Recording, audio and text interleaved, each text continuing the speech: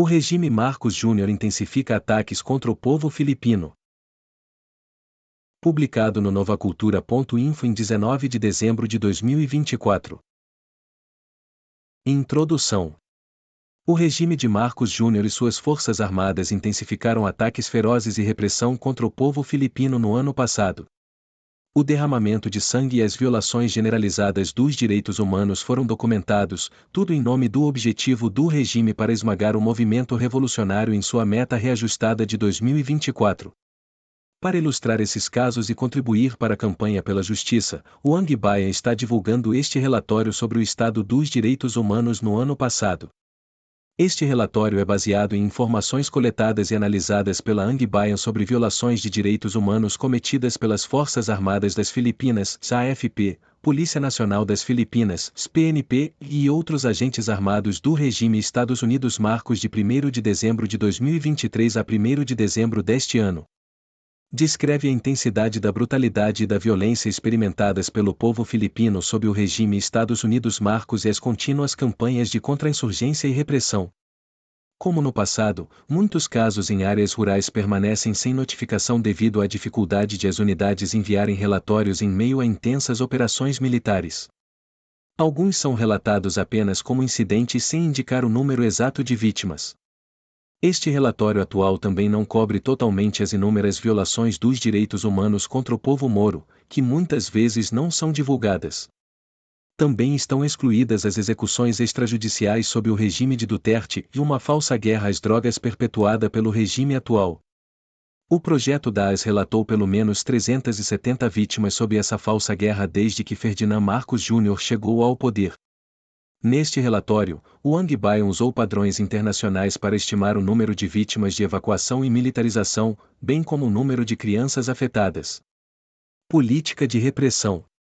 Apesar dos esforços de Ferdinand Marcos Júnior para tirar proveito da exposição do registro sujo e sangrento do regime de Duterte e reabilitar sua reputação maligna de família, ele não pode esconder seu próprio governo brutal e fascista na perpetuação das campanhas de repressão anteriores do regime. Ele mobiliza instituições e agências fascistas do nível nacional ao nível barangay para suprimir qualquer um que se oponha ao seu governo inútil e podre. Em janeiro, Marcos lançou o slogan O Bagong Pilipinas, ou Nova Filipinas, semelhante ao seu pai ditador O Bagong Lipunan, como uma cortina de fumaça para esconder a podridão do Estado. No entanto, não há nada fundamentalmente novo no sistema neocolonial e feudal opressivo e explorador nas Filipinas. A família Marcos continua a se aquecer no poder, recuperar toda a riqueza que roubou e governar usando o terrorismo de Estado. Marcos também estabeleceu em maio a Comissão Especial de Coordenação de Direitos Humanos através da Ordem Administrativa no 22, que capacita o comitê a servir como um coordenador sobre questões de direitos humanos. Ele estabeleceu o Comitê Interagência de Direito Internacional Humanitário, IACIHL, e através da Ordem Executiva no 77, assinada em 22 de novembro. Ele lançou o Plano Nacional de Ação para os Direitos Humanos, PNAP, em dezembro. Estas são tentativas desesperadas para embelezar o estado terrível dos direitos humanos no país. Por trás dessas ordens, as Forças Armadas e a polícia aceleram a implementação implacável de uma guerra total suja contra o povo filipino nas áreas urbanas e rurais. Sob a estrutura da Política de Segurança Nacional, CNSP, de 2023 a 2028, o intenso terrorismo de Estado fascista, a subserviência ao imperialismo dos Estados Unidos e a supressão de forças patrióticas e democráticas continuam. Apesar da retórica repetida pelos Estados Unidos, Forças Armadas e Marcos Júnior para esconder, as Forças Armadas dos países passam de o defesa interna para o defesa externa, porque o novo Exército Popular, CNPA, foi o enfraquecido ou o derrotado, a maioria das Forças Armadas permanece no campo e nas zonas de guerrilha. Eles afirmam repetidamente que há apenas 7 zonas de guerrilha fracas, mas milhares de forças militares, policiais e paramilitares ainda estão sendo mobilizadas para a campanha de contra-insurgência. As Forças Armadas continuam a dominar as agências civis e os governos locais até o nível barangay através da Força-Tarefa Nacional ELCAC. Marcos Júnior usa a Lei Antiterrorismo e a Lei de Prevenção e Supressão do Financiamento do Terrorismo para suprimir e silenciar os críticos e aqueles que expressam oposição ao seu regime, até mesmo os cidadãos comuns. No último trimestre do ano, o regime de Marcos foi exposto usando o chamado Projeto Sair do Lista Cinza para cobrar arbitrariamente várias organizações e grupos de desenvolvimento no país com o financiamento do terrorismo. Isso opera em conjunto com uma lista da Ordem de Batalha de 2021, visando figuras proeminentes da Igreja, trabalhadores do desenvolvimento e ativistas para acusação. O regime tem como alvo o que identifica como frentes legais do Partido Comunista Novo Exército Popular Frente Nacional Democrática ou para supostamente interromper o recrutamento, cortar o apoio financeiro e combater a propaganda. Isto é acompanhado por maliciosamente ligando ativistas ao movimento armado para justificar ataques violentos contra eles. No campo, as comunidades são submetidas à militarização e ocupação intensificadas na forma de operações militares focadas, CFMs, e ocupação de barangas sob o véu do Programa de Apoio Comunitário Reequipado, CRCSP. Nessas operações, a violência e a repressão militar visam principalmente civis e camponeses. Isso é acompanhado por bombardeios aéreos indiscriminados e artilharia em campos e montanhas, que colocam em risco a vida de civis e destroem o meio ambiente. O NTF-EUCAC implementa o Obaliclo ou Reintegração e o Obarangay Development Program nas comunidades rurais, que na verdade são campanhas para intimidar, forçar civis ao render e desviar fundos públicos.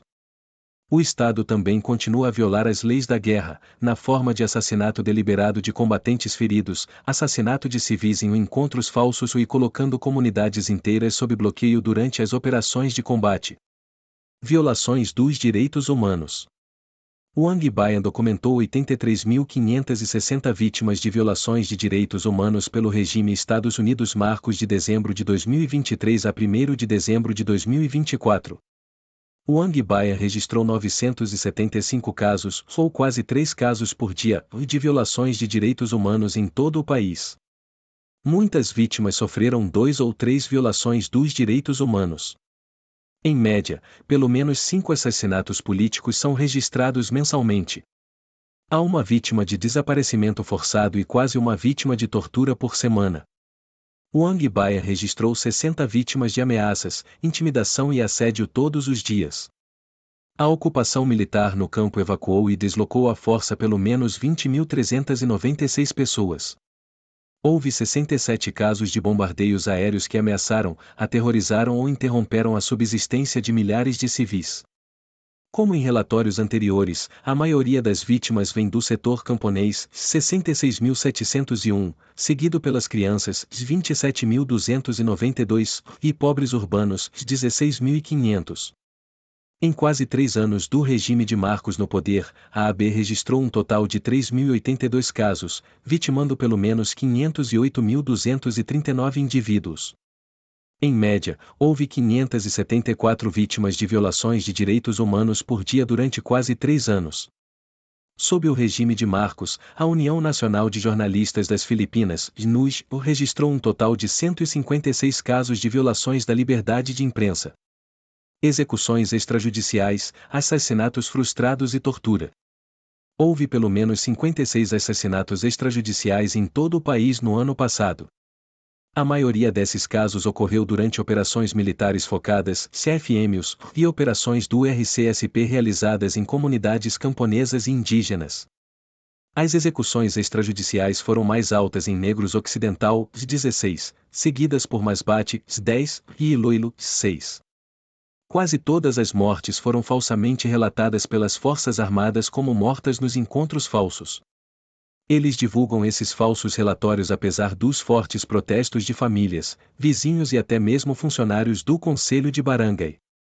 Novas unidades locais do Exército Popular, CNPA, negam rapidamente esses falsos relatórios. Para projetar a falsa impressão de ter sido morto em encontros, os corpos dos mortos estão vestidos com trajes do novo Exército Popular, plantados com armas, munições e outros equipamentos militares, e posicionados na lama. Como no passado, os militares continuam a tirar fotos de seus restos mortais e publicá-los nas mídias sociais para serem festejados por seus trolls. As mortes estão alinhadas com o plano do regime de Marcos para quebrar completamente o novo exército popular no país.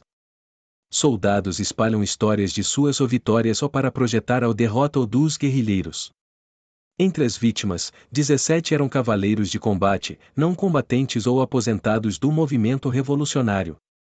Todos foram presos por unidades das Forças Armadas, mas foram deliberadamente mortos pelos açougueiros em vez de serem declarados prisioneiros de guerra. Matança de agricultores comuns. Em 26 de setembro, soldados do 2º IB mataram os agricultores Roger Clores e Ronel Abril em Purok 3, Baranga e Simava, Uzon, Masbate.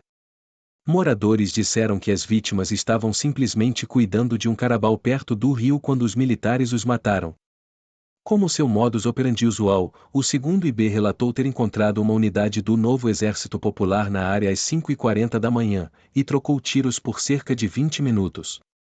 Eles alegaram ter matado os 2 agricultores e apreendido várias armas de fogo e equipamentos militares durante o encontro inventado. Matar uma pessoa idosa. Em 29 de julho, soldados do 15º IB e pessoal da Força de Ação Especial da Polícia Nacional das Filipinas, PNPSAF, foram sequestrados, levados para a floresta e depois mataram deliberadamente o fazendeiro Ramon Inseniales, de 69 anos, em Cauayan, Negros Ocidental. O 15º IB alegou que Inseniales era um combatente vermelho morto em um encontro armado. Uma testemunha residente disse que soldados cercaram a casa onde Inseniales morava em Sítio Pasto, Barangay Bazac, o sequestraram e o levaram para a floresta. Depois de algumas horas, os moradores só ouviram uma série de tiros. Acredita-se que o homem idoso tenha sido submetido a tortura severa antes de ser morto por volta das 1h. Matança de pessoas fora de combate. Em 18 de julho, o 80º IB matou deliberadamente o Olha Gudes, km, um membro do NPA Rizal que estava doente, em Barangay Burgos, Rodrigues, Rizal. Testemunhas disseram que viram km vivo, tentando fugir dos soldados que se aproximavam. Eles também ouviram km gritar que ele não iria lutar e um soldado gritando para alguém descer. Km tinha uma gripe grave que o manteve na comunidade. Ele não podia andar corretamente e não estava em posição de lutar. A combatente vermelho Calisca Dominica Peralta, Scarreca, conheceu uma provação semelhante. Em 10 de abril, as tropas fascistas do 48º Ibilit torturou e matou Carreca depois de capturá-la em Barangay Buton, Quezon, Bukidnon. Ela estava desarmada quando foi presa. Carreca foi uma ex-aluna da Universidade das Filipinas de Lima. Também houve grave violação do direito internacional humanitário no caso dos mártires de Panay que foram mortos em agosto. Maria Concepción Araneta Bocala, Ska Concha, Vicente Nojales, Ska Adjien K. Benjamin Cortel, Ska Amorum Rubio Mama, Romulo Iturriaga Gangoso, Ska Reagan Biboy Pidic, Gelmor Gauranok, Ska Doc Intangum Baron, Juvilene Silvério, Ska Caica Impura, Armando Savariz, Ska Neném Kulot, Ui Vilmar Torrato, Ska Minerva Mara Moray. Foi martirizado em uma série de ações defensivas de 5 a 15 de agosto em Iloilo.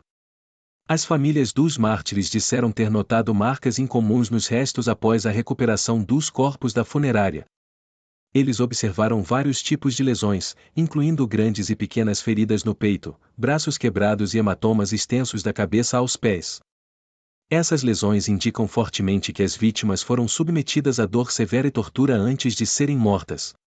A AB registrou 27 vítimas de assassinatos frustrados em Kalinga, Nueva Ecija, Aurora, Albay, Sorsogon, Negros Ocidental, Samar do Norte, Samar e Sultan Kudara. Esses casos envolveram unidades militares operacionais, que, por medo de serem alvejadas, atiraram indiscriminadamente em qualquer pessoa que encontrassem na floresta ou na estrada. Entre as vítimas estava uma mulher grávida de 4 meses. Soldados torturaram pelo menos 44 pessoas. Quase metade das vítimas de tortura foram posteriormente mortas pelos carrascos militares. Entre as vítimas estavam 2 combatentes grávidas do Novo Exército Popular que foram torturadas e maltratadas após a prisão. Outras vítimas de tortura incluíam agricultores submetidos a interrogatórios intensos, enquanto outros eram arbitrariamente alvejados por soldados em operações de combate. Prisões, sequestros e ameaças, assédio e intimidação. Wang Bayan documentou 65 casos de prisão arbitrária e detenção contra pelo menos 149 vítimas, a maioria agricultores. Várias acusações forjadas foram apresentadas contra as vítimas para prolongar sua prisão. As acusações geralmente incluem posse ilegal de armas de fogo e explosivos, assassinato e assassinato frustrado, terrorismo e financiamento do terrorismo. Documentos judiciais para alguns dos presos foram deliberadamente adiados para impedir sua libertação imediata. Em alguns casos, especialmente nas províncias, eles são detidos ilegalmente em campos militares sem ordens judiciais e não são permitidas visitas familiares. Situação dos presos políticos. Prisioneiros políticos continuam a proliferar sob a campanha de prisões contra ativistas e progressistas do regime. Marcos Júnior Carapata registra 757 presos políticos no país, 103 dos quais são idosos e 97 estão doentes, 156 são mulheres e 17 são consultores e funcionários da Frente Democrática Nacional das Filipinas, NDFP. Mortes de presos políticos sob custódia resultantes de detenção prolongada, mas condições de prisão e negligência de suas necessidades médicas foram registradas no ano passado. Estes incluem Judy Rimando, 58, um veterano organizador do trabalho, que morreu em 23 de julho devido ao câncer de fígado no estágio 4. Ele foi preso em 6 de janeiro de 2021 e detido no Metro Manila District Jail Annex 2 em Camp Bagong Diva, Taguig City. Prisões em massa de povos indígenas. Uma força conjunta da polícia e da Hacienda Almeda, segurança privada e bandidos, prendeu pelo menos 29 moradores da fazenda Manjairaia em Abra de Ilog, Ocidental Mindoro, em 18 de outubro. Entre os detidos estão 17 idosos e 12 menores que defendiam a sua terra ancestral. A Hacienda Almeda faz parte do povo Iraia e uma terra ancestral de 31 hectares que está sendo apreendida através de assédio, militarização e decepção usando bandidos armados e agentes estatais. Prisões brutais em protestos. Em 30 de novembro em Mendiola, a polícia de Manila prendeu ilegalmente o idoso e organizador de Bayan Muna, Nilo Mortífero, que havia acabado de se recuperar de um derrame. Canilo foi preso enquanto caminhava para o banheiro. A polícia apresentou acusações contra ele, juntamente com o presidente da Kilusa Mayo Uno, SKMU, Elmer Labog, e outros ativistas. Acusações de financiamento do terrorismo. O último relatório da Aliança Defendem DNG citou que 69 indivíduos e 29 organizações não governamentais, ONGs, em todo o país sofreram assédio e estão enfrentando casos fabricados relacionados ao financiamento do terrorismo sob a atual administração. Isto é para além daqueles acusados de terrorismo. Prisões anti-Jazig de consultores da Frente Nacional Democrática, CNDFP. Em outubro, o regime de Marcos Júnior prendeu 3 consultores de paz da NDFP em violação do Acordo Conjunto sobre Garantias de Segurança e Imunidade, Jazig. A polícia e os militares prenderam Vigberto Vilarico em 24 de outubro, Simeon Naogsa em 21 de outubro e Porfirio Tuna em 2 de outubro. Todos estavam realizando tarefas da Frente Nacional Democrática e realizando consultas com organizações de massa quando as forças do Estado os prenderam. Essas prisões são tentativas deliberadas de sabotar a possível retomada das negociações de paz, conforme acordado na Declaração Conjunta de Oslo de novembro de 2023. O Ang-Baia registrou 70 vítimas de desaparecimentos forçados no ano passado. Esses casos são caracterizados pela clara intenção do Estado de esconder e negar a detenção das vítimas sob custódia. Algumas das vítimas aparecem mortas após um desaparecimento prolongado, algumas são detidas sob acusações fabricadas ou como rendidos ao exército. Rapto de um prisioneiro político recém-libertado.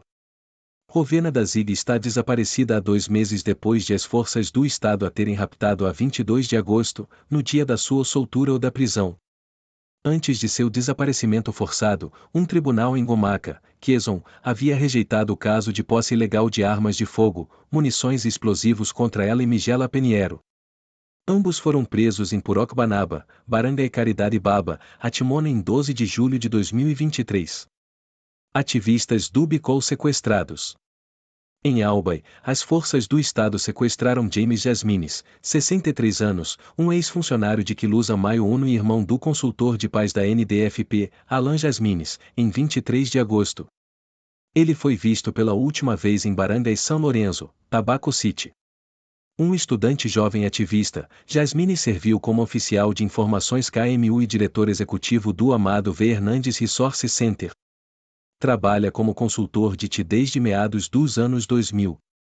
Alguns dias depois, em 28 de agosto, Félix Salaveria Jr., de 66 anos, um membro ativo do Cycle Advocates, CICAD, também foi sequestrado. Salaveria tem sido visto de bicicleta muitas vezes com Jasmines.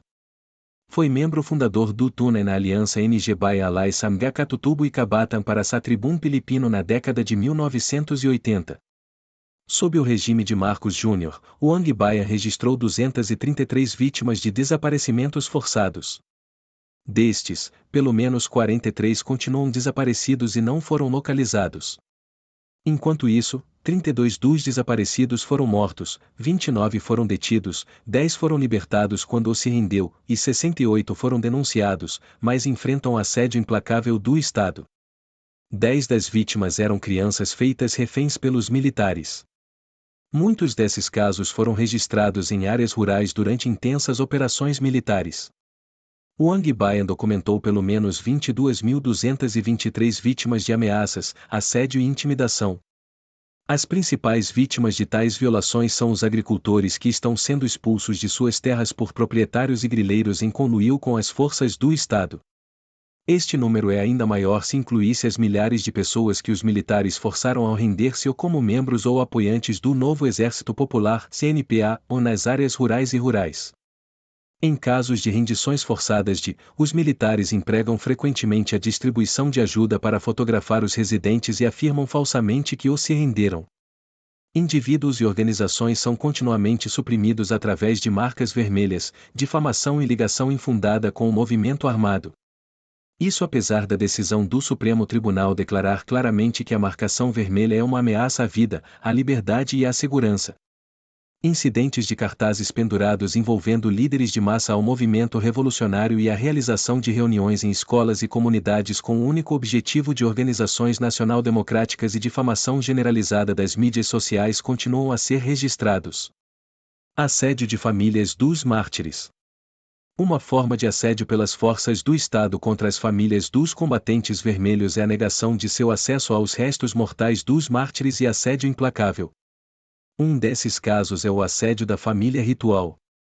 A família de Susan Ritual, Skagema, que foi martirizada em Barangayba com Sigsigan, Fami, Laguna em 28 de novembro, foi submetida a assédio e, por quase uma semana, impedida de recuperar seus restos mortais para vigília e enterro adequado. Para adicionar insulto à perda, os soldados sequestraram e detiveram Kajem Maroite, dois irmãos, Paulino e Sherlin Ritual, que estavam apenas tentando recuperar seus restos mortais.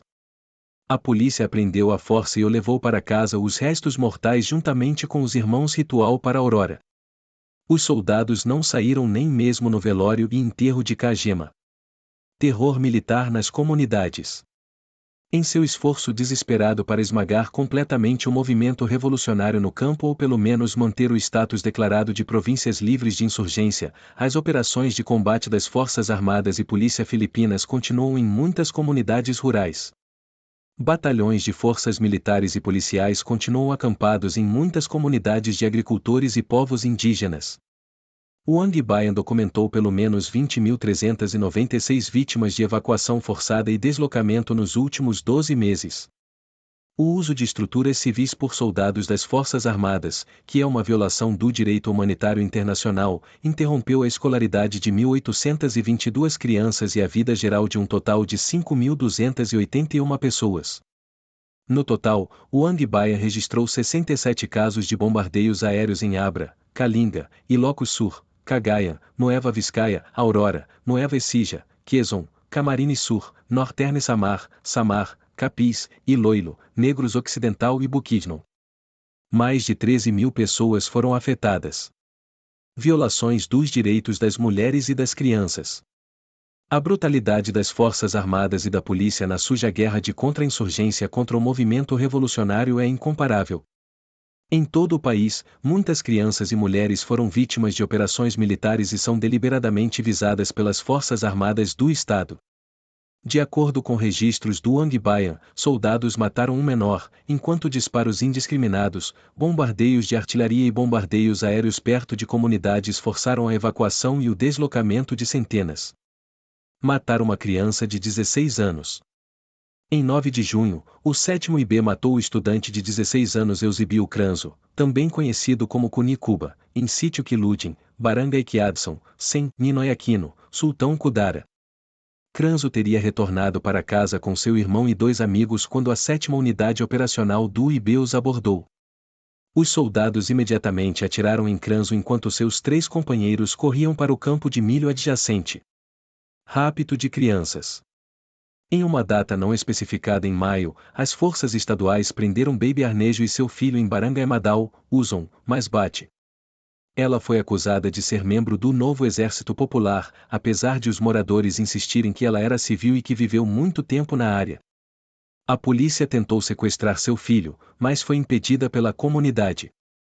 Devido aos esforços comunitários, a criança foi colocada sob custódia adequada enquanto sua mãe permanecia detida. Wang Bayan também registrou 4 casos de estupro e abuso sexual contra mulheres, incluindo casos em Batangas, Samar do Norte e Metro Manila. As Forças Armadas também dispararam repetidamente contra uma mulher grávida em Aurora. Justiça agora. O povo filipino clama coletivamente por justiça para todos que são vítimas de violações dos direitos humanos do regime Estados Unidos Marcos. Em defesa dos direitos humanos, os setores têm realizado várias formas de lutas de massa ao longo do ano passado. No segundo semestre do ano, o regime de Duterte e crimes em sua falsa guerra às drogas tornou-se o foco das investigações do Congresso. O Congresso foi pressionado a incluir os anteriores casos de execuções extrajudiciais de ativistas, defensores dos direitos humanos e do meio ambiente, e muitos outros. Em novembro, as vítimas e suas famílias formaram a Aliança Duterte-Panagutin, responsabilizar Duterte, incluindo a ex-senadora Leila de Lima, que foi detida por Duterte por mais de 7 anos por acusações fabricadas que acabaram sendo demitidas pelos tribunais. Ao mesmo tempo, as mães formaram as Mães para a Justiça sob Gabriela. Esses grupos exigiram uma investigação mais profunda sobre os crimes de Duterte. Eles também responsabilizam o regime de Marcos Júnior por seu apoio lento e zero às vítimas, incluindo suas próprias vítimas de violência. Eles instaram o Estado a cooperar com o Tribunal Penal Internacional, se não se juntar como membro. Através de campanhas contínuas e dos esforços dedicados de famílias e advogados, alguns presos políticos foram libertados pela falta de provas nos casos forjados apresentados contra eles. Isto inclui a libertação de Gerardo Della Penha, o preso político mais antigo, em junho, e a demissão de processos contra o Imamailan Setio em novembro. Quase todos os casos arquivados sob mandados de busca defeituosos emitidos pela juíza Cecília Vilavert. Este ano também houve uma série de greves e ações em massa por parte de trabalhadores e sindicatos para exigir salários mais altos, direitos no local de trabalho e a ratificação de novos acordos coletivos de trabalho, CBAs. Ações notáveis ocorreram na Nesperia Philippines Inc., Daiva Seiko Philippines, Technol 8 Philippines e outras. O povo e os defensores dos direitos humanos continuam sua luta militante para resistir ao regime brutal de Marcos Júnior. Das ações legais e extralegais às ações armadas do novo Exército Popular, o povo continua a lutar pela defesa de seus direitos e pela obtenção da justiça. Eles expõem, resistem e responsabilizam Marcos por suas políticas de repressão e terrorismo de Estado. Relatório de Direitos Humanos, dezembro 1, 2023, dezembro 1, 2024. Obrigado por assistir.